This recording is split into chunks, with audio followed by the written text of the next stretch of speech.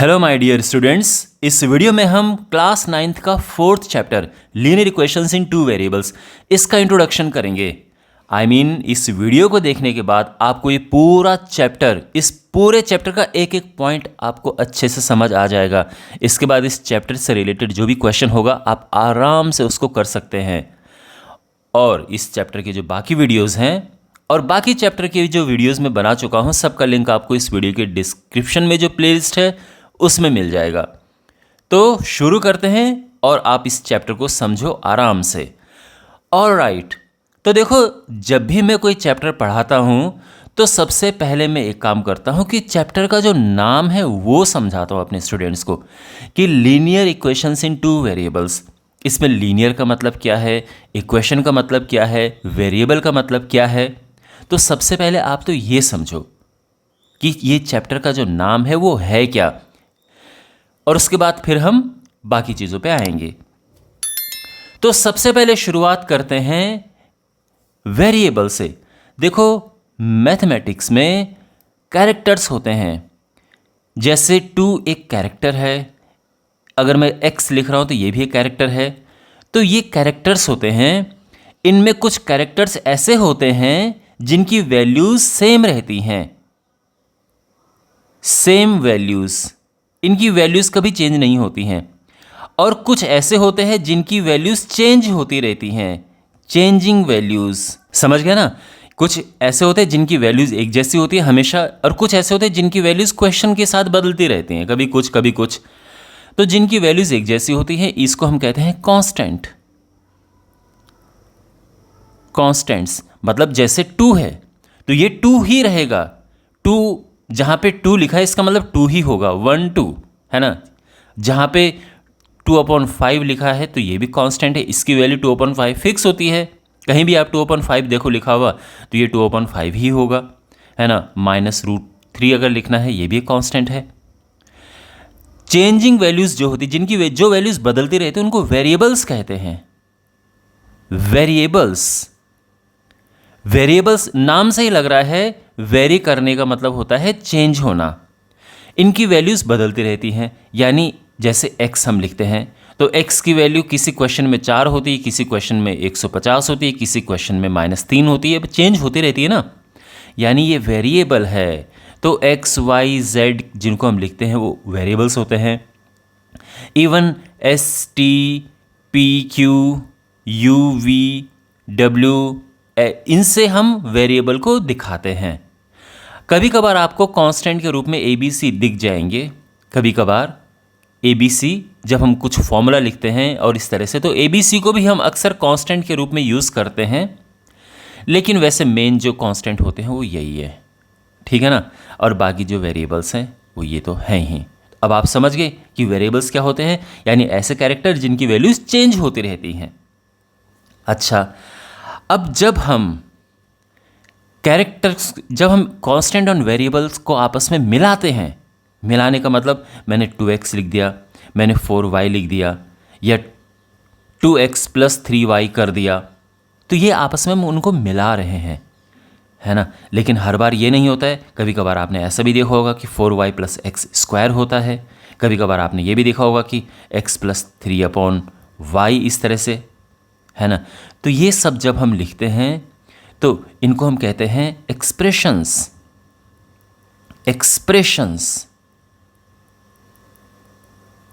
समझ रहे हैं? एक्सप्रेशंस होते हैं ये। तो इस तरह से जब हम इनको मिलाकर लिखते हैं तो ये एक्सप्रेशंस बनाते हैं। इनको एक्सप्रेशंस, एल्जेब्रिक एक्सप्रेशंस पूरा नाम इनका ये है। क्या है? Algebraic expressions. समझ आ गया ना? इनको कहते हैं एक्सप्रेशंस।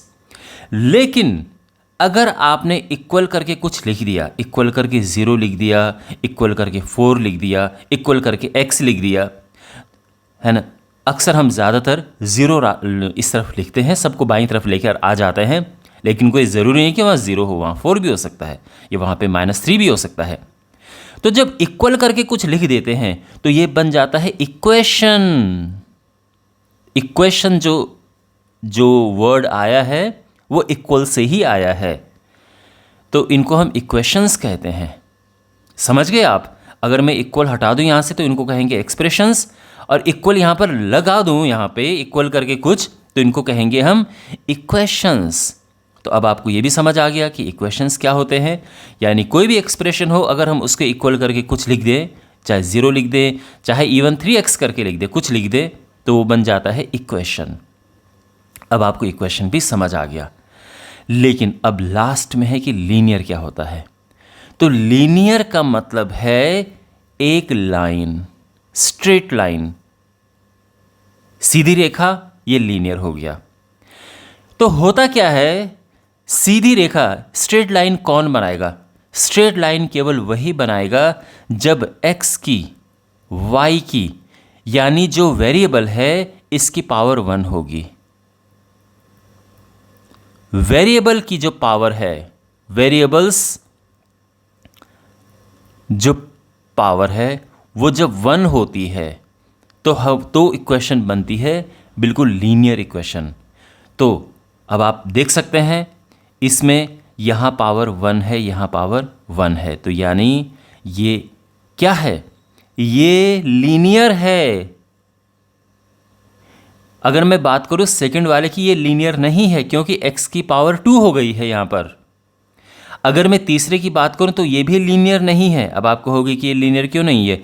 क्योंकि यहाँ जो y है वो नीचे है, तो अगर y को आप ऊपर लेकर जाएंगे तो क्या बनेगा?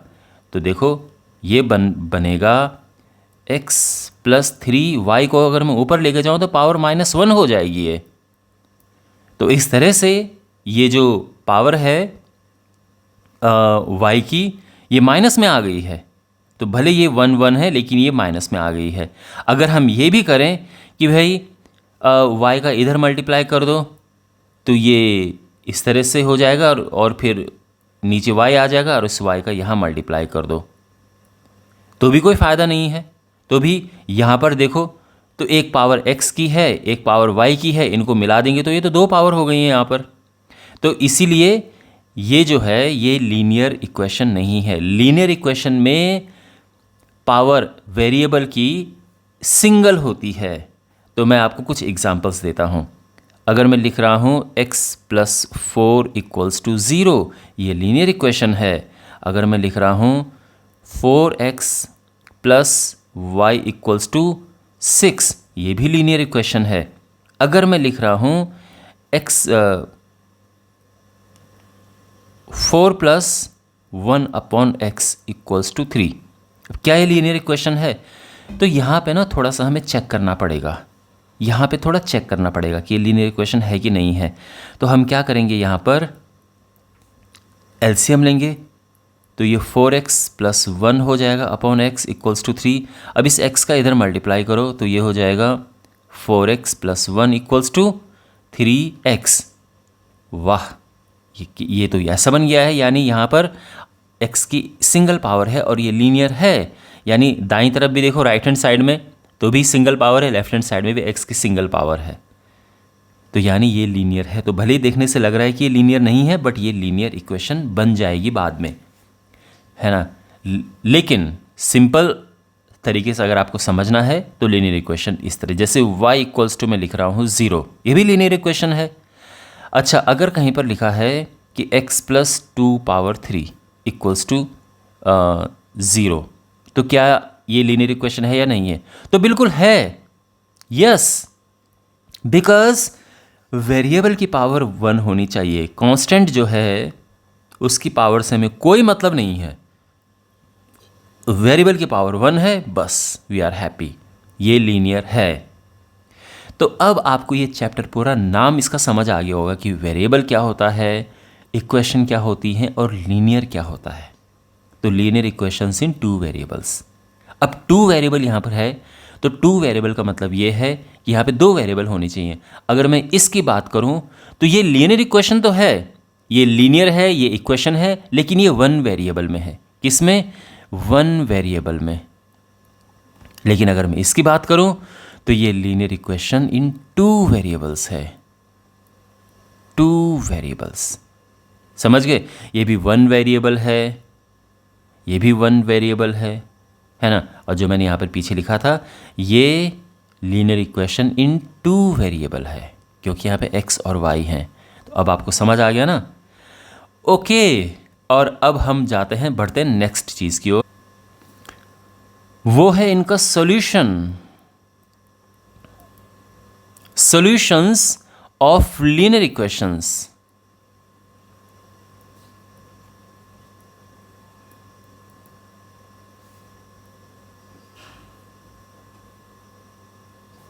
Solutions of linear equations. Solution क्या होता है? सॉल्यूशन होता है जो, जैसे हम लिख रहे हैं x minus one equals to zero, तो सॉल्यूशन का मतलब ये है कि x की मैं ऐसी वैल्यू रखूं जो लेफ्ट हैंड साइड और राइट हैंड साइड इक्वल हो जाए, इसे हम सॉल्यूशन कहते हैं। जो इस इक्वेशन को सेटिस्फाई कर दे, तो सेटिस्फाई कर दे इस इक्वेशन को, वो होता है सॉल्यूशन, है ना। तो x को हम क्या रख सकते हैं कि जो लेफ्ट हैंड साइड और राइट हैंड साइड दोनों इक्वल हो जाएं।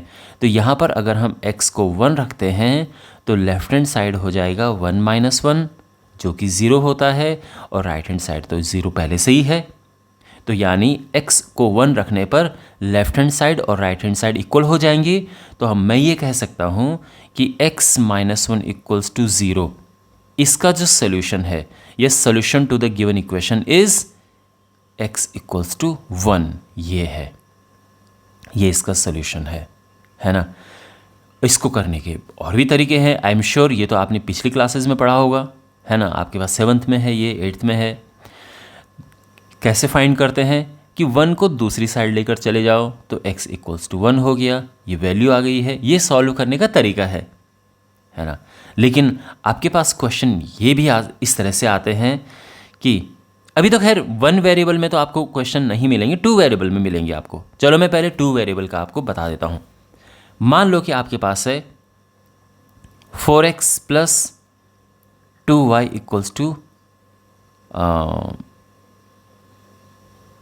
10, ये है ना। ये मैं आपको एक क्वेश्चन दे रहा हूँ।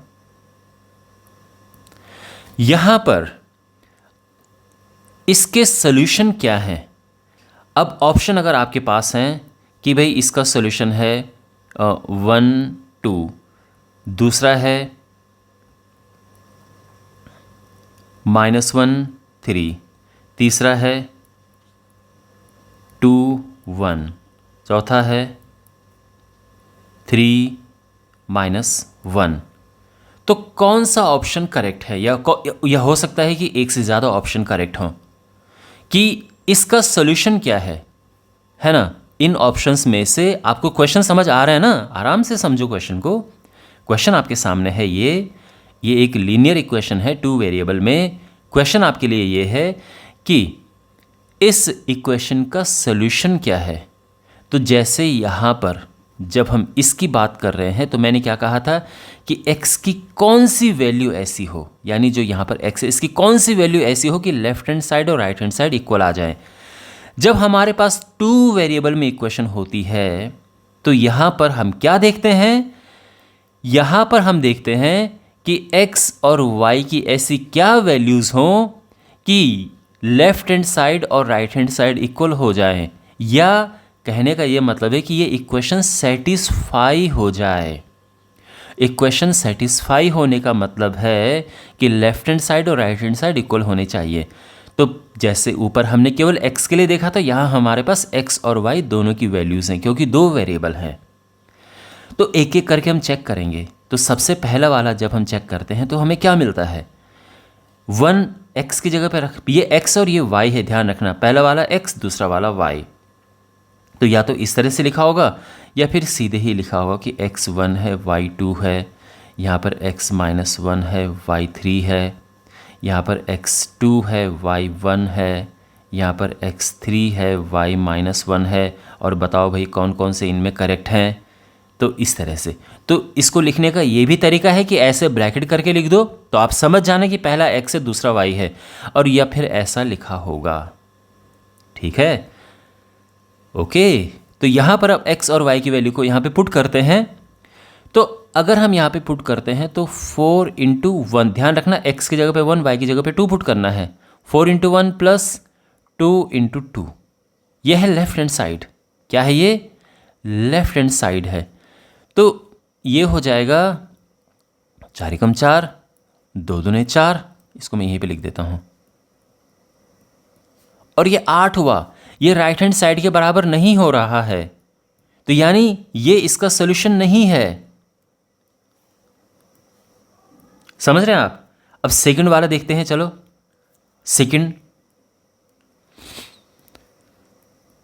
इसमें लेफ्ट हैंड साइड हमने ली, left hand side 4 into x, तो x वही -1 है, प्लस 2 इंटू y 3 है। समझ रहे हैं ना? यहाँ पुट करना है हमने। आपके लिए मुश्किल तो नहीं हो रहा है ना समझना?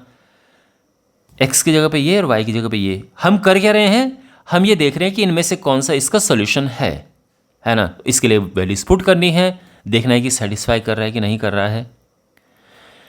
तो ये -4 है और ये है 3 दूने 6, 3 2 6, तो ये 2 आया। ये भी राइट हैंड साइड के इक्वल नहीं हो रहा है, तो ये भी सोल्यूशन नहीं है। चलो तीसरा देखो। तीसरे में अगर हम देखें, वैल्यूज पुट करें अगर हम लेफ्ट हैंड साइड में, तो देखो 4 इंटू एक्स की जगह पे हम 2 पुट कर रहे हैं, प्लस 2 इंटू एक्स की जगह पे 1 पुट कर रहे हैं, तो ये हुआ 8 प्लस 2 यानी 10, और ये आ रहा है राइट हैंड साइड के इक्वल, यानी ये सोल्यूशन है ना? Left hand side right hand side equal आ गई हैं, इक्वेशन सेटिस्फाई हो गई है, तो यानी x equals to 2 y equals to 1 इस इक्वेशन के सोल्यूशन है। अब फोर्थ इक्वेशन देखते हैं। यहां पर left hand side 4 into 3 plus 2 into -1, X Y की वैल्यूज पुट कर दी हैं।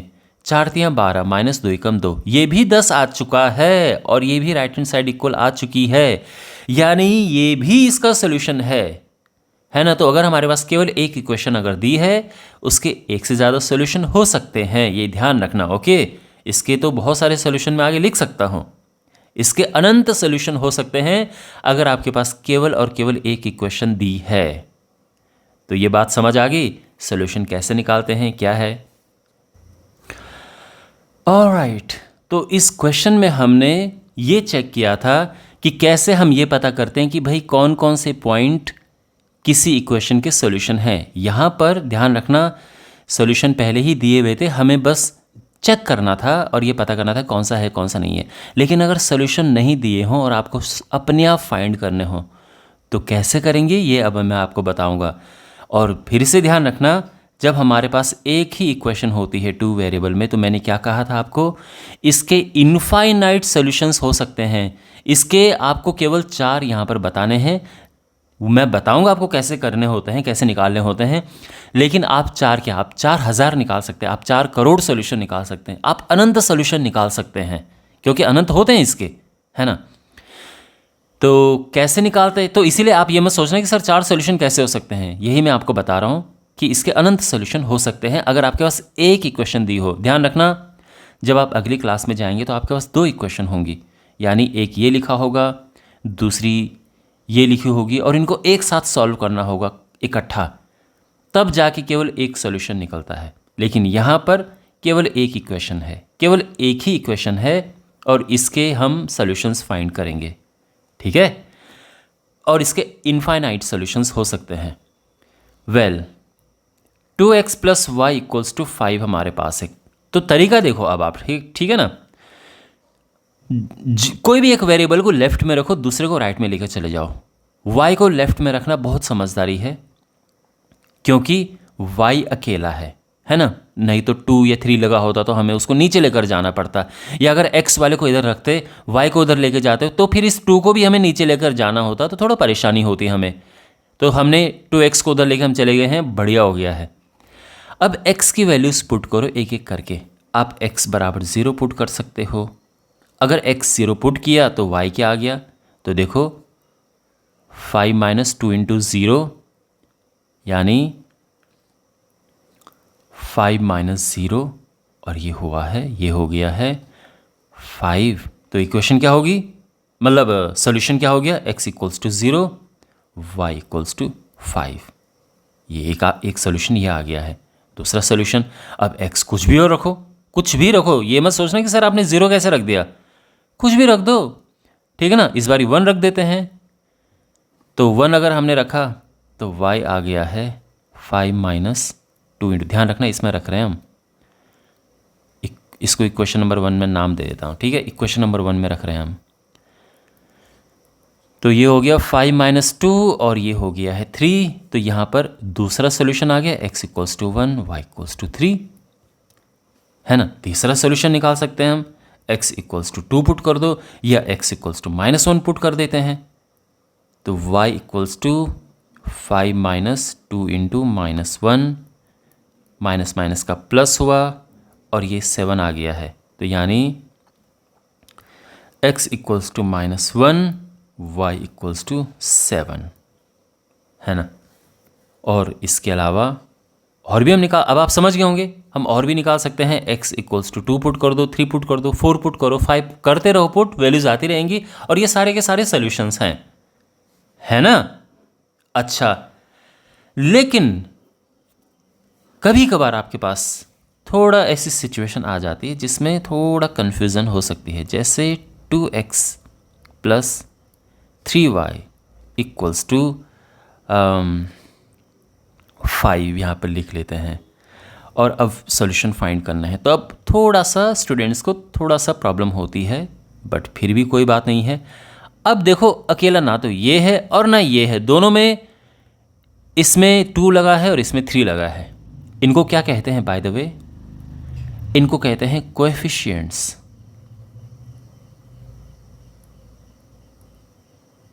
कोएफिशिएंट्स, तो x का कोएफिशिएंट 2 है, y का कोएफिशिएंट यहाँ पे 3 है। तो ये कोएफिशिएंट्स होते हैं, ध्यान रखना, ठीक है ना। अच्छा, ध्यान रखना, इंपॉर्टेंट है, कभी कभार पूछा जाता है ये एग्ज़ाम में। तो इनको कोएफिशिएंट्स कहते हैं, जो इनके साथ लगे होते हैं। तो अगर इनके दोनों के कोएफिशिएंट्स हैं, यानी 1 नहीं है कोएफिशिएंट, 1 के अलावा कुछ और है, यानी 2 है, 3 है, 4 है, ऐसे, तो क्या करें हम? तो अब तो भाई किसी को भी दूसरी साइड लेकर चले जाओ, कोई प्रॉब्लम ही नहीं है। मतलब प्रॉब्लम क्या, अब तो दोनों में बराबर मुश्किल होगी, है ना। तो इसको लेकर हम यहाँ चले गए हैं और x is 5 minus 3y divided by 2, और अब हम यहाँ पर पुट करेंगे, y की वैल्यूज़ पुट करेंगे। आप ये सोच रहे होंगे सर आप y को क्यों लेके गए, x को क्यों लेके नहीं गए? तो x को भी लेके जा सकते हैं, कोई प्रॉब्लम नहीं है, ठीक है। तो मैं y को लेके ये भी गया, आप ये भी कह सकते हैं कि ताकि छोटा नंबर इधर रहे, और क्योंकि 2 से डिवाइड करने में थोड़ा आसानी रहती है, बस एक ये छोटा सा रीज़न आप मान सकते हैं। y को अगर हम 0 रखें तो x क्या होगा? 5 माइनस 3 इंटू 0/2, यानी ये हो जाएगा 5 माइनस 0/2, यानी ये हो जाएगा 5/2। तो इसका सोल्यूशन क्या आया? इसका सोल्यूशन है x 5/2 है, y 0 है। देखो, परंपरा, ट्रेडिशन यही है कि x पहले लिखते हैं, y बाद में लिखते हैं। अच्छा, अब y 1 रख के देखते हैं। तो y जब हमने 1 रखा तो x हो गया 5 माइनस 3 इंटू 1/2, और ये हो गया 5 माइनस 3/2, 2/2, और ये 1 आ गया है। तो दूसरा सोल्यूशन क्या है? x1 y1। अब y कुछ और रख के देखते हैं। अच्छा, अगर मैं आपसे ये कहूँ कि क्या आप y की वैल्यू समझदारी से ऐसी रख सकते हैं, हम इसमें रख रहे हैं, ध्यान रखना, समझदारी से हम y की वैल्यू रख सकते हैं कि x ना ऐसे फ्रैक्शन में ना आए। वैसे कोई प्रॉब्लम नहीं है, कोई दिक्कत नहीं है, ध्यान रखना, पूरे नंबर आपको मिलेंगे। लेकिन फिर भी क्या आप y की ऐसी वैल्यू रख सकते हैं? तो मान लो कि अगर आपने y2 रख दिया तो क्या हो जाएगा? ये हो जाएगा 3 2 6, 5 में से 6 जाएगा तो -1 आ जाएगा, तो वो फिर भी -1/2 आ जाएगा, है ना। लेकिन अगर आप y2 रखते हैं, 2 नहीं 3 रखते हैं, y को अगर आप 3 रखते हैं तो x क्या होगा? 5 माइनस 3 इंटू 3/2, तो 5 माइनस 9/2 -4/2, और ये -2 आ गया है। तो हमें एक इंटीजर मिल गया है। इंटीजर मिलना शुभ संकेत होता है, मतलब अच्छा रहता है कि इंटीजर मिल रहा है ना। कभी कभार आपको ग्राफ प्लॉट करना पड़ सकता है, उस पर भी आएंगे हम। तो ग्राफ प्लॉट करने में आपको पता चलेगा कि हाँ भाई, इंटीजर्स आना कितना ज़रूरी होता है। है ना। लेकिन ध्यान रखना, जब आप सोल्यूशन निकाल रहे हो इंटीजर नहीं भी आए कोई प्रॉब्लम नहीं है, ठीक है। हाँ, और अब चलो एक माइनस में भी रख देते हैं ताकि यहाँ पे वैरायटी हो हमारे पास। x की जगह पे -1 रखा, 5 + 3/2, 8/2 और ये 4 आ गया है, यानी x4 y -1 ये सोल्यूशन, ठीक है। ओके, इस तरह से हम इसके सॉल्यूशंस फाइंड करते हैं। और अब नेक्स्ट इसकी general equation.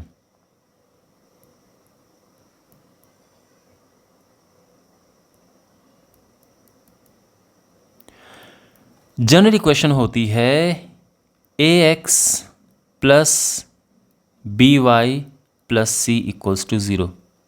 Linear equation in 2 variable की जनरल इक्वेशन ये होती है इस तरह से, है ना। तो आपके पास हो सकता है क्वेश्चन इस तरह से आए कि भाई x + 4 = 0 लिखा है और आपको कहा जाए कि भाई इसको इस फॉर्म में कन्वर्ट करो और फिर ABC भी बताओ कि a कितना है, b कितना है, c कितना है। तो कैसे करोगे इसको, आप ऐसे कैसे लिखोगे? तो देखो, पहले आसान क्वेश्चन करते हैं। मान लो कि हमारे पास क्वेश्चन है कि 2x + 3y = 5। तो 5 को लेफ्ट हैंड साइड में लेके आ जाओ और अब इससे कंपेयर करो। Comparing with what? ax + by + c = 0। अब यहाँ देखो, x का कोफिशिएंट x का कोफिशिएंट 2 है, b जो कि y का कोफिशिएंट है वो 3 है और जो कांस्टेंट है वो -5 है ना। सिंपल भाई, इसको लेफ्ट में लेके आओ और बिल्कुल इससे कंपेयर कर दो। तो आपके पास सारे ABC आ चुके हैं और ये आपने इसको इस फॉर्म में भी रख दिया है, बिल्कुल जनरल इक्वेशन जो इसकी है। लेकिन जब ये है तो क्या करें, इसमें y तो है नहीं। तो अब देखो, ये लिखा x, 1 × x करके लिख दो, अच्छा लगेगा। अब y तो है नहीं, तो y नहीं है तो 0 × y लिख दो। अब हो गया है ना ये फॉर्म, बिल्कुल। ax + by + c = 0। अब कंपेयर करेंगे तो a 1 हो गया है, b 0 है और c 4 है। अगर हमारे पास y = 2 है तो क्या करें? तो देखो, 0 × x, क्योंकि x तो था ही नहीं, है ना, और y के आगे यहाँ पे कुछ नहीं है तो 1 लगा दो और 2 को राइट हैंड साइड से लेफ्ट में लेके जा रहे तो माइनस हो जाएगा वो। अगर y के साथ में यहाँ पे कोई नंबर होता तो हम वो नंबर यहाँ पर लिख देते, कोई दिक्कत नहीं है। और अब कंपेयर करेंगे हम तो a हो जाएगा 0, b हो जाएगा 4 और c हो जाएगा -2। ये है, ठीक है। और अब फाइनली इसमें बचते हैं ग्राफ्स। दोस्तों, जब हम ग्राफ्स बनाते हैं तो हमारे पास 2 टाइप के ग्राफ्स बनाने को होते हैं। पहला जिसमें x और y दोनों होते हैं, यानी मान लो कि हमें ग्राफ बनाना है 2x + 3y = 6। अगर हमें इसका ग्राफ बनाना है तो इसका ग्राफ कैसे बनेगा? एक तो ये है। दूसरा ग्राफ बनता है जब या तो केवल x हमें मिलता है कि x = मान लो कि 5 है, और या फिर y = -2, इस तरह से है। तो एक तो ये है और दूसरे ये होते हैं इस टाइप के। दोनों के ग्राफ में अंतर मैं आपको बताता हूँ। दोनों के ग्राफ्स में डिफरेंस ये है कि जब हमें इनका ग्राफ बनाना होता है जो x और y होते हैं, तो इसके ग्राफ आप नोटिस करोगे कि तिरछे बनते हैं, ऐसे बनेंगे या ऐसे बनेंगे, इस तरह से। आप समझ रहे हैं? इस तरह से बनेंगे इनके ग्राफ जिसमें x और y दोनों होते हैं।